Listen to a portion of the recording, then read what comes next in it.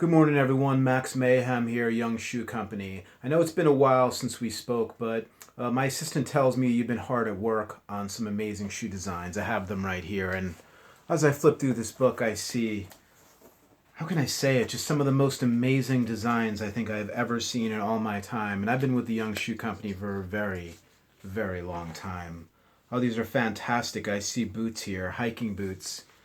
I see all-weather shoes. I see shoes that are waterproof. I see running shoes. Every kind of shoe that we need for our fall line, I see here. And there were a lot of doubts. There were a lot of naysayers. A lot of people who said, you can't hire a group of designers who were all children. But I said, wait, you don't know these kids. They're super talented. They know their stuff. The art teacher sent me work from the Lucy School, and when I looked over the artwork, I just saw the creativity. Mr. Scott, an amazing man, sent me some work of writing that this group had done, and I was deeply, deeply impressed. And I took a chance. In all the years with the Young Shoe Company, never, ever have we had a full team of children designers, but you're proving a lot of people wrong, and you're proving me right, because I've always believed in you. I do have a bit of good news and I have a bit of bad news. I'll hit you with the good news first. We've decided to move forward with all of your shoe designs, all of them, which is unprecedented. Never have I ever received a handful of designs and gone with all of them. Usually many of them have gone to the scrap heap, never to be seen or never to be worn by man, woman, or child. But all your designs were so amazing that I just decided to go with all of them. So that's part of the good news. And let me go over what that's going to look like moving forward. So I'm sure you remember the example of the Roy G. Biv 2020, one of our finest designs, some really exceptional work by one of our fine young designers. And you can see here, based on the materials, that this is designed using canvas with rubber soles, with leather. We have more canvas here and laces. And every time we use materials, we use extra materials, that adds to the cost of our shoes. So the more materials we have, the more expensive it is to make our shoes. We have a list here, and I'll go over this list with you. And this is how we determine the price of each shoe. But the first thing I would like you to do is show the shoe design to your parents and ask them how much would they spend to purchase that shoe.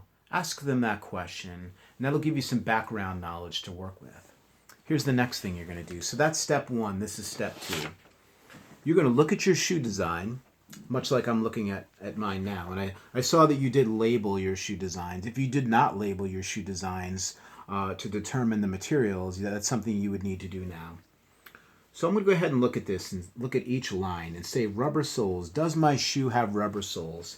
Yes, it does. So I'm going to go ahead and check off rubber soles. I'm going to put a little check mark next to rubber soles there. Does it have wooden soles or leather soles? No, it does not. Does it have a leather or fabric upper?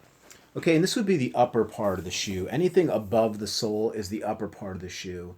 And yes, it does have leather on it. And yes, it does have fabric because canvas is a fabric. So I'm going to go ahead and check both of those. So far I've checked rubber soles, leather upper, and fabric upper. Does it have zippers? No, it does not. Does it have shoelaces? Yes, it does. So I'm going to go ahead and check that. Velcro, buttons, buckles? No. Shoe lights, sparkles, or fur? No. And this is for boots right here. Does it have a leather upper? These are not boots. These are simply sneakers. So I'm not going to add these at all to this because right now I'm dealing with regular sneakers. Does it have a leather upper? Does it have fur? Does it have zippers? No, it does not.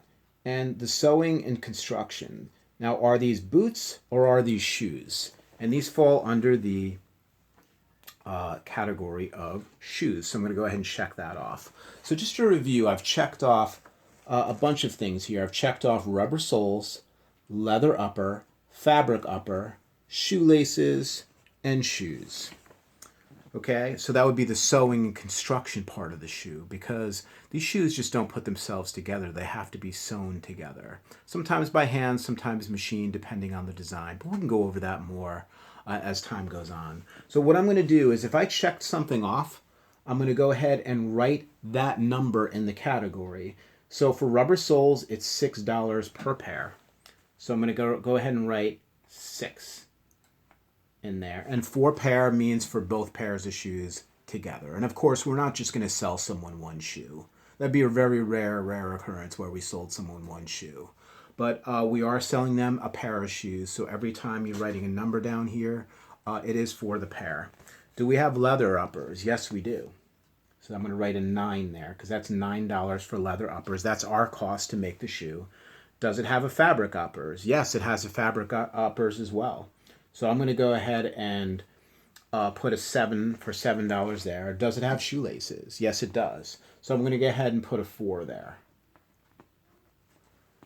Okay, what else did it have? The sewing and construction, it's a little less for shoes because they're smaller than boots. So that's going to be $7 per pair. And then what I'm going to do is I'm going to take all of these numbers and add them. So 6 plus 9 is 15. And I'm told you're very good at math. I told this, your teacher, Mr. Scott, has done a very good job of teaching you how to add and subtract. So you should be able to do this rather easily. Or if you need some help from your parents, that's okay. But you should be able to add these numbers together. Use those flashcards if you need help. So 6 plus 9 is 15. 15 plus 7 is 22. 22 plus 4 is 26. 26 plus 7 is 33. And yes, you children too can get that good at math with a lot of practice. It takes a lot of practice, but you can add in your head with a lot of practice. So that's going to equal $33. So our cost to make these shoes are $33. Okay? You may have different ways of adding these up. You may say 6 plus 9 is 15, and then you write a 15 here. And then you may say 7 plus 4 is 11, and then you write an 11 here. And then you add 15 plus 11 is 26, and then you add that last number is 7, but it still comes to the same number, does it not? 33. So our cost to make these shoes are $33. And what we want to do is double it. Double. What's double of 33? Well, there's some number of different ways we could do that. We could do 33 plus 33 and stack it like this. Okay, that's one way to do it right there. So 33 plus 33. 3 plus 3, I'm going to add the ones column first. 3 plus 3 is 6. And I already know that 3 plus 3 is 6. So to double that, it would be $66. So we would sell those shoes for $66. It costs us $33 to make this shoe. Every time we sell a pair of these shoes, we make $33. Now, that's what the company would make. Now, because these are your shoe designs, you will make a portion of that profit as well. We will determine what that profit will be. But for now, I need you to go through, look at your shoe designs, and determine how much our costs are based on what your shoe is made of. Your parents can help you with this. Once you add all these numbers together, you're going to have our cost is $33. And then the cost of what we're going to sell them for is we're going to double that number. So if you come up with $50 for all your materials, we're going to double 2 50s or 2 times 50 or 50 plus 50, which is all the same number, is going to be $100 is what we're going to sell your shoes for. So that's the good news. The good news is I'm going to work on this. So I'm going to go ahead and send you this. I'm going to send you my version of it where I did my math. And then I'm also going to send you a blank one that you're going to work on. Okay?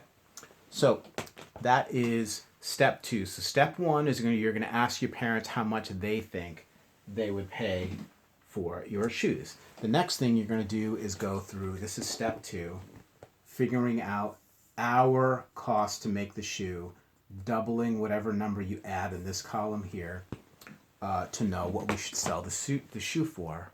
Okay, and then we're going to have to check.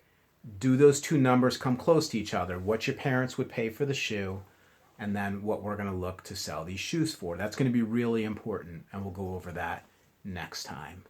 Here's the bad news. Now, this is unfortunate, and you're going to face this in life, kids, as you go through life.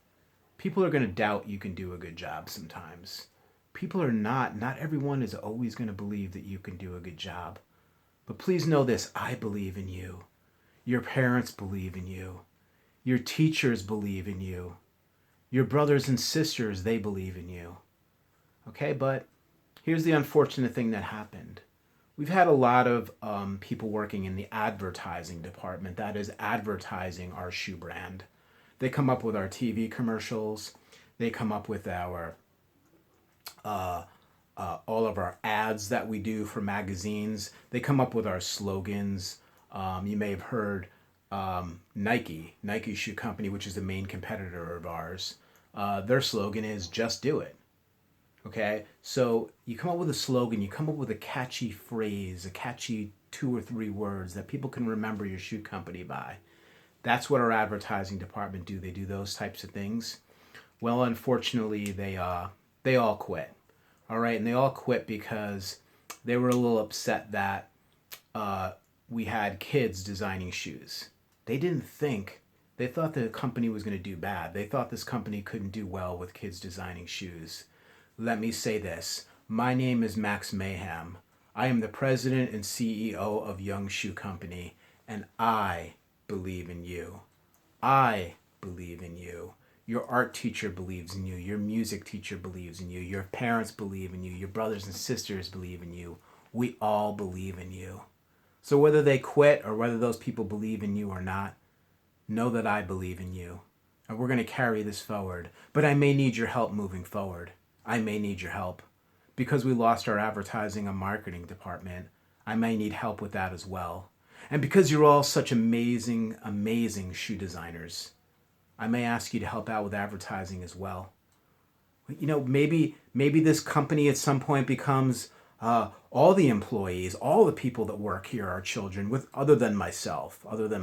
You know, my wife sometimes says I act like I'm 9 years old, but I am in fact much, much older than that. But perhaps the Young Shoe Company, and we all are called the Young Shoe Company. Maybe we redesign the way we do things. Maybe we're a company of all children, because I believe in you and I believe children can do amazing things. I believe in you. All right. Well, you have fun, and as always, if you have any questions, just email Mr. Scott. He'll get in touch with me. He's an amazing guy. I know he'll get back in touch with me, and I can answer your questions for you. So I'm going to end with this. The Young Shoe Company is proud and honored to have you on our staff. Your shoe designs are exceptional, exquisite, some of the best I've ever seen. We have this issue with advertising moving forward, but I have a feeling you'll be able to jump in.